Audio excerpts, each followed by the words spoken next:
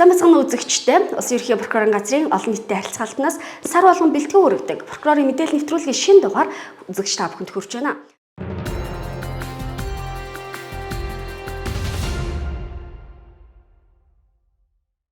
Улсын ерөнхий прокурорын газрын дэргэдэх сургалт судалгааны хүрээлэнгээс гэр бүлийн хүчирхийлүүлдэх гэмт хэргийн нөхцөл байдалд хийсэн дүн шинжилгээ судалгааг 2021-с 2024 оны хагас жилийн байдлаар хийхэд энэ төрлийн гэмт хэрэг жил бүр өсжээ. Эрүүгийн хууль 11-ийн 7-р зүйл гэр бүлийн хүчирхийлэл үйлдэх. Гэр бүлийн хамаарал бүхий харилцаатай хүнийг байнга зодсон, харгас хэрцгий харьцсан, догшин авиралсан, тарчлаасан, тэтгэвэр тэтгэмж хуваарт болон дундын эд хөрөнгөө эзэмших, ашиглах, захиран зарцуулах эрхэд халдсан бол 3 сараас 1 жил хүртэл хугацаагаар зорчих эрхийг хязгаарлах, эсвэл 6 сараас 1 жил хүртэл хугацаагаар хорих ялж шийтгэнэ гэж хуульчилсан байдаг. Монгол улсад гэмтэргээс сурсан сэргийлэх ажлыг зохицуулах зөвлөл ажилтдаг. Энэ зөвлөлд бол прокурорын байгууллагаас төлөөлөл орж прокурорын байгууллагад нэгт хамтран ажилладаг. За үүнийг үндэслээд бол улсын ерөнхий прокурорын газарт гэмтэргээс зөрчлийн сурсан сэргийлэх салбар дэд зөвлөл ажилтдаг. Энэ зөвлөлөөс гэр бүлийн хүчирхийл, хүүхдийн эсрэг гэмтэргийн асуудлыг онцгойлон анхаарал 2024 онд авсрах тийм судалгааны ажлыг сурвалж судалгааны хүрээлэнгээс мөн улсын ерөнхий прокурорын газрын мэргэжлийн үндсэн хэлтсүүдтэйг хамтраад энэ судалгааны үр дүнг бол судалгаа хийсэн. Судалгааны үр дүнгээр бол энэ төрлийн гэмт хэргийн зөрчлийн гаралт, шалтгаан нөхцөл, хаана их гараад байна, шалтгаан нөхцөл нь юу байна, хохирж байгаа онцлог, үлдэж байгаа хүмүүсийн онцлог байдлыг судлахаас гадна энэ төрлийн хэрэг зөрчлийн шийдвэрлэлтийг бол тусгайлан судалсан. За судалгааны үр дүнд үндэслээд бол холбогдох арга хэмжээг авч хэрэгжүүлэх арга хэмжээний санал босруулахаас гадна хууль тогтоомжид нэмэлт өөрчлөлт оруулах саналуудыг бас босруулсан гаргаж тавьсан байгаа. За энэ хүрээнд энэ судалгааны үр дүнг Монгол улсад гэмтэргээс сурсан сэргийлэх ажлыг зохицуулах салбар зөвлөлд хүргүүлээд мөн тус салбар зөвлөлийн гишүүдэд танилцуулж гишүүн байгууллагуудад одоо мэдээлсэн. Энэ хэмжээгээр бол мөн энэтэй зэрэгцээ судалгааны үр дүнд үндэслээд прокурорын байгууллагаас хууль тогтоомжид нэмэлт өөрчлөлт оруулахтай холбоотой санал босруулахдаа эдгээр асуудлыг бас тусгаж холбогдох хууль тогтоомжийг санаачлах эрхүй субъектүүдэд байгууллагуудад хүргүүлж ажилладаг ийм үр дүнтэй судалгааны үр дүнгээр бол оршиж байгаа. 2001-с 2024 оны хагас жилийн байдлаар нийт 839 хүнийг гэр бүлийн хүчирхийлүүлсэн гэмт хэрэгт яллагдагчаар татсан байна. Тухайлбал 2021 онд 174 хүнийг яллагдагчаар татаж байсан бол 2022 онд 402 болж 1.3 дахин, 2023 онд 525 хүн болж 30.6%-аар өссөн дүнтэй байна. Харин 2024 оны эхний хагас жилийн байдлаар 240 хүнийг 2025 оны 11 сарын байдлаар 447 хүнийг яллагдагчаар татжээ. Яллагдагчаар татагдсан хүмүүсийн 45 орчим хувь нь гэмт хэргийг согтуугаар үлдсэн бол 26 орчим хувь нь урд нь гэмт хэрэгт ялж шийтгүүлж байсан хүмүүс байна. За гэр бүлийн хүчирхийллийн гэмт хэргийн гаралт 2025 он гарснаас хойш ямар байна вэ? Талаар мэдээлэл өгөхгүй та. За прокурорын байгууллагаас 2025 оны 10 дугаар сарын байдлаар нийт 706 гэр бүлийн хүчирхийлүүлдэх гэмт хэрэгт хяналт тавь ажиллаж байна.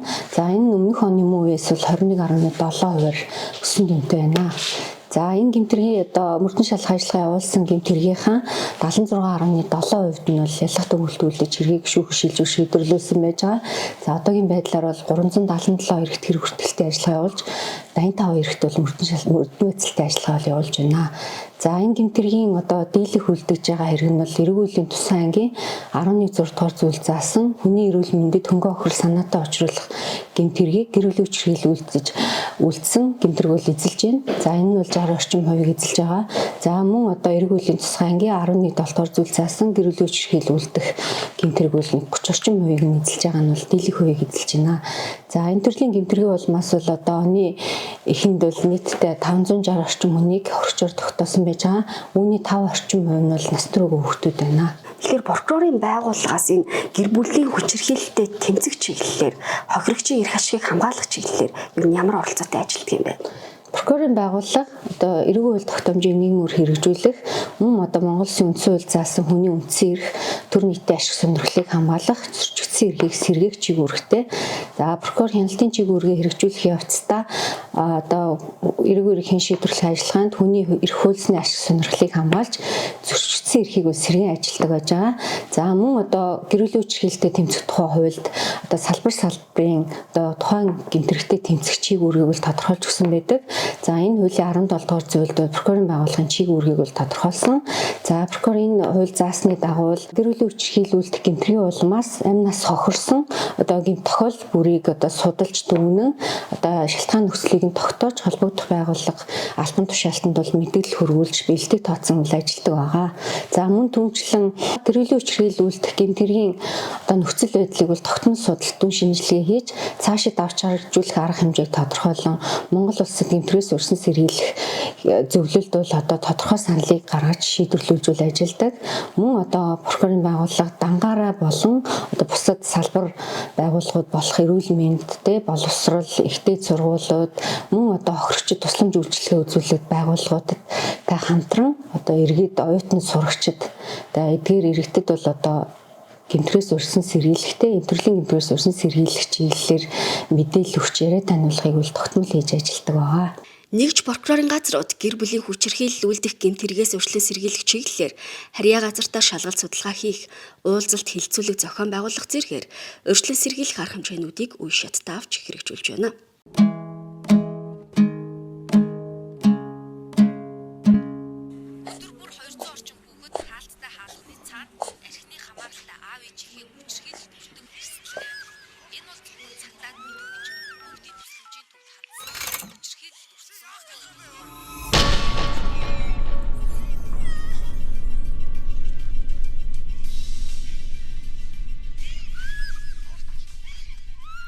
Хар сайхан үсгийг хаглаж төрийн ёсоор авч суусан ханы жил төрүүлж өсгсөн өр хүүхдийн хайр халамжаар дутаахгүй хайрын дундаа бөмбөрүүлж авч явна гэдэг Монгол эр хүний тухайд бол бичигдээгүй хууль андгайлаагүй андгаа юм шүү дээ. Учир нарийн амьдралын замд уурлаж уцаарлах зүйл бишгүй тохиолдлооч түүнийг уурын мөнхөг нудрагны хүчээр биш ухааны чагтгаар агдлан барьж учир зүгэн олж амьдрах нь хүмүүний амьдралын ёсон юм да. Энэ хорвооч нь хүн хайраар л дутаж болдоггүй. Тийм л сайхан хорвоо юм шүү дээ. Гэр бүлийн хүчирхийлүүлдэх гэмт хэрэг зөрчлөөс урьдчилан сэргийлье. Прокурорын байгууллагаас хүүхдийн эрхийг зөрчих зөрчлийн гаралт шийдвэрлэлтийг тогтмол судалдаг. Зөрчлийн тухай хуулийн 6-гийн 20 дугаар зүйлд хүүхдийн эрхийг зөрчих зөрчлийг хуульчилсан байдаг. Прокурорын байгууллагаас 2025 оны эхний 10 сарын байдлаар хүүхдийн эрхийн зөрчих зөрчлийг судалсан. За судалгаагаар нийт 6507 зөрчил үйлдэгдсэн болох нь тогтоогдсон. За нийт үйлдэгдсэн зөрчлийн 96.5% нь буюу 6285 нь хүүхдийн бие махбодод халдсан, үл хайхарсан, хүүхдийн дэргэд архитан согтуурсан, мансуурсан зөрчил үйлдэгдэж байна. За мөн хүүхдийн тэтгэлэг төлөгч шүүхийн шийдвэрийг сар бүр төлөвлөж хүүхдийн тэтгэмжийг 3 сараас дээш хугацаанд төлөөгүй 100 зөрчил үйлдэгдэжээ. Мөн хүүхдийг өөрт ашигтай байдал бий болгох зорилгоор хууль бусаар хүүхдийн нэрийг барьж ашиг олох, эсвэл амнаас эрүүл мэнд, нэр хүндэд нь харшлах, аюул учруулах, тоглоом, наадам, жагсаал цуглаан, бусад арга хэмжээнд оролцуулсан 31, асран хамгаалах, тэжээн тэтгэх үүргээ биелүүлээгүй 28. Боловсролын сургалтын байгууллагын дотуур байр, өдөр өнжүүлэх төв, асрамж халамжийн төв, хүүхэд хамгааллын төв болон хүүхдэд үйлчилгээ үзүүлэх чиглэлээр үйл ажиллагаа явуулж байгаа бусад байгууллага нь хүүхдэд аюулгүй ээлтэй орчин бүрдүүлэх үүргээ биелүүлээгүйгээс хүүхдийн эрх зөрчигдсөн 19, бусад зөрчил 44 бүртгэгджээ. За зөрчлийн хэргийн шийдвэрлэлтийн байдлаар навж үзвэл 42.6% нь шийтгэл оногдуулах албадлага арга хэмжээ ахуулах саналыг шүүхэд хөрвүүл шийдвэрлүүлсэн бол за 51.3-д нь торгох шийтгэл оногдуул шийдвэрлсэн байна.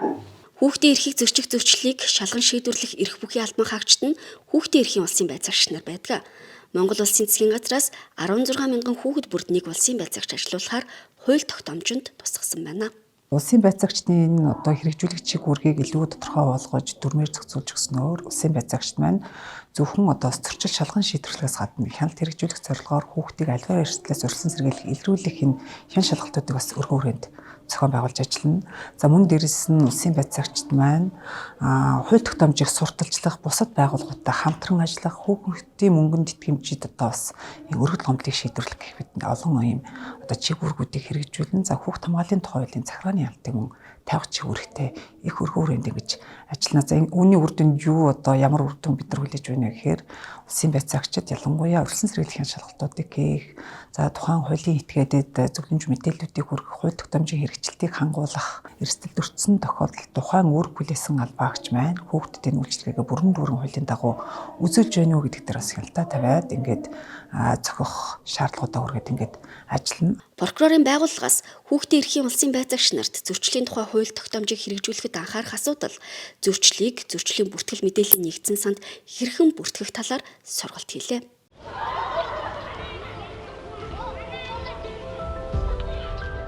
Хүүхдийн эсрэг гэмт хэрэг зөрчлөөс урьдчилан сэргийлье.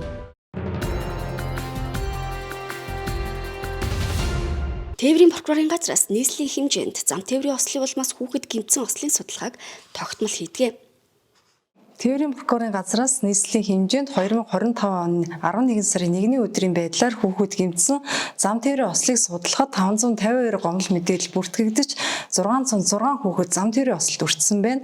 Баянзүрх дүүргийн нутаг дэвсгэр, Хаануул дүүргийн нутаг дэвсгэр дийлийнх нь бүртгэгдсэн. Зам тээврийн ослд өртсөн 606 хүүхдээс 376 нь явганаар 98 хүүхэд тээврийн хэрэгслээр зорчих үедээ 132 нь ундаг дугуй болон цахилгаан дугуйгаар зорчих үедээ ослд өртсөн байна.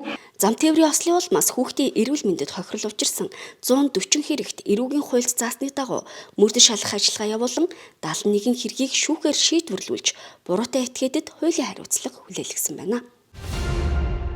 Сүхбаатар аймгийн прокурорын газраас хүүхдийн эрхийг хамгаалах, зөрчигдөхөөс сэргийлэх зорилгоор хүүхэд хохирсон гэмт хэрэг зөрчлийн судалгааг тогтмол хийж, шалтгаан нөхцөлийг арилгах, урьдчилан сэргийлэх чиглэлээр холбогдох газруудтай хамтран ажиллаж байна. 2024-2025 оны байдлаар хүүхэд хохирсон болон холбогдсон гэмтрийн гаралт шалтгаан нөхцөл хэргийн шийдвэрлэлийн талаар бол манай аймгийн хувьд судалгаа хийгдсэн байна.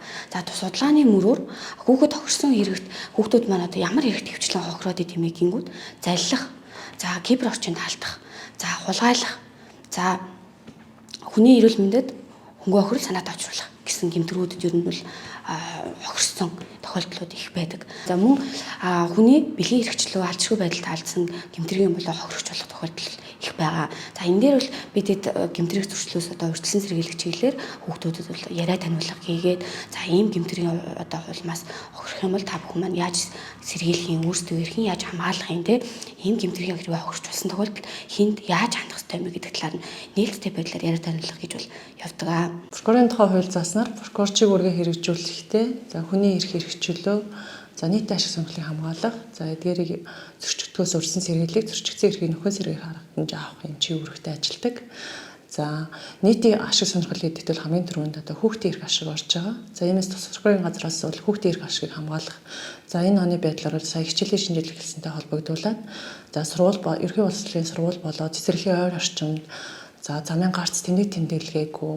За эдгээрээс шалтгаалаад одоо хүүхэд зам тээврийн ослын айлд өртөж болцсон шүү гэж үзсэн учраас холбогдох одоо замын цагдаагийн газар болоод бас төрийн байгууллагатай хамтарч энэ тэмдэг тэмдэглэгээний асуудлыг одоо шалгасан. За мөн одоо энэ тэмдэг тэмдэглэгээ бүдэрсэн гарцыг тодруулах. За шаардлагатай газруудад тэмдэг тэмдэглэгээ байрлуулах талаар бол холбогдох төрийн байгууллагуудад бол санал ухаан албан бичгийг хургуулж ажилласан.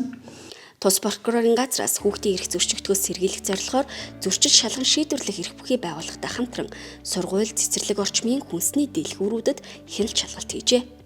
Эрүүл мэндийн сайдын 2021 оны А370 дугаар тушаалын хавсралтаар 11 төрлийн бараа бүтээгдэхүүнийг одоо сургууль орчмын бүсэд худалдаалахыг хориглосон байдаг. За энэ эдгээр бараа бүтээгдэхүүнүүдийг одоо сургууль орчмын бүсэд одоо худалдаалж буй хэсгээр хяналт шалгалт хийж ажилласан. За хяналт шалгалтын хүрээнд болохоор хаяг шошиг зөрчилтэй орц найрлага тодорхойгүй импортын бараа бүтээгдэхүүнүүдийг одоо ихээр импортлж одоо худалдаалж буй зөрчил дутагдлууд нийтлэлтэй илэрсэн. нийт шалгалтанд хамагдсан аж ахуйн нэгжүүдэд улсын байцаагчийн 11 заалтаа зөвлөмж өргүүлж байгаа. Мөн зөвлөмжийнхаа биелэлд хяналт ажиллаж байна. Сүхбаатар аймгийн прокурорын газраас гэмт хэрэг зөрчлөөс урьдчилан сэргийлэх мэдээллийг иргэд олон нийтэд тогтмол хүргэн ажилдаг бөгөөд хэрэг хянаа шийдвэрлэх ажиллагааны оролцогчдод өмгөөлөгчтэй холбогдож хууль зүйн тусалцаа авах эрхийг хангах зорилгоор үнэгүй утас бүхий цөөрөн утсыг байрлуулжээ. Багнуур дүүргийн прокурорын газраас хүүхдийн эсрэг гэмт хэрэг зөрчил гарах, өсвөр насны хүн гэмт хэрэг зөрчилд холбогдох, сургуулийн орчин дах үеийнгийн дээрлэлтээс урьдчилан сэргийлэх, хүүхдийн эрхийг хамгаалах арга зам сэдвт сургалт хилцүүлгийг зохион байгууллаа. Хилцүүлэгт тус дүүргийн ерөнхий боловсролын 3 сургуулийн 100 гаруй багш нар, хорооны хамтарсан багийн гишүүд, цагдаа, шүүхийн шийдвэр гүйцэтгэх, хүүхэд гэр бүл хөгжил хамгаалал болон боловсролын хэлтсийн албан хаагчид оролцжээ.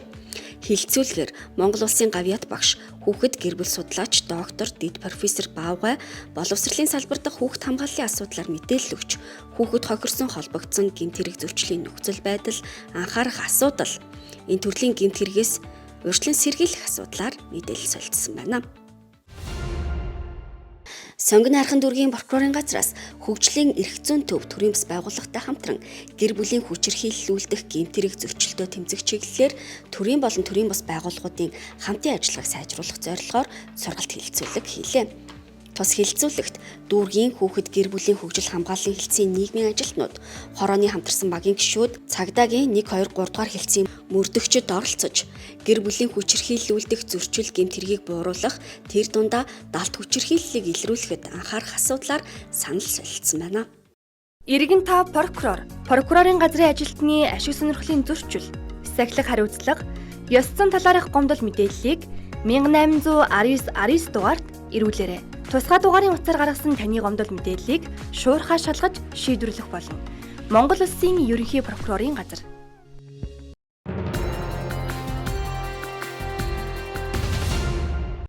Прокурорын байгууллагын хүний нөөцийг чадваржуулж, хувь хүний хөгжлийг дэмжих, ур чадварыг дээшлүүлэх зорилготой прокурор туслах ажилтан 2025 мэргэжлийн тэмцээн зохион байгуулагдлаа. Жил бүр уламжлал болгон зохион байгуулдаг тус тэмцээнд аймаг, нийслэл, Тээвэр дүүргийн прокурорын газрын 31 прокурор, 32 туслах ажилтаа оролцож, ур чадвар мэдлэг оюунаас сорьсон юм а. Прокурор 2025 тэмцээний тэргүүн байранд Өмнө Говь аймгийн прокурорын газрын хяналтын прокурор Ган Эрдэнэ, Дэд байранд Баян Улгийн аймгийн прокурорын газрын хяналтын прокурор Дорж Дэрэм, 3 дугаар байранд Орхон аймгийн прокурорын газрын хяналтын прокурор Төгөлдөр, туслах ажилтан 2025 тэмцээний тэргүүн байранд нийслэлийн прокурорын газрын туслах ажилтан Дарима, Дэд байранд Улсын ерөнхий прокурорын газрын туслах ажилтан Инжин Наш, 3 дугаар байранд Баянзүрх дүүргийн прокурорын газрын туслах ажилтан Хулан нар тус шалгарлаа. Прокурорын мэдээлэл нэвтрүүлгийн шинэ дугаар та бүхэнд хүрлээ. Нэвтрүүлэгтэй холбоотой санал хүсэлтээ Улсын ерөнхий прокурорын газрын олон нийтэд харилцах албанд ирүүлээрэй.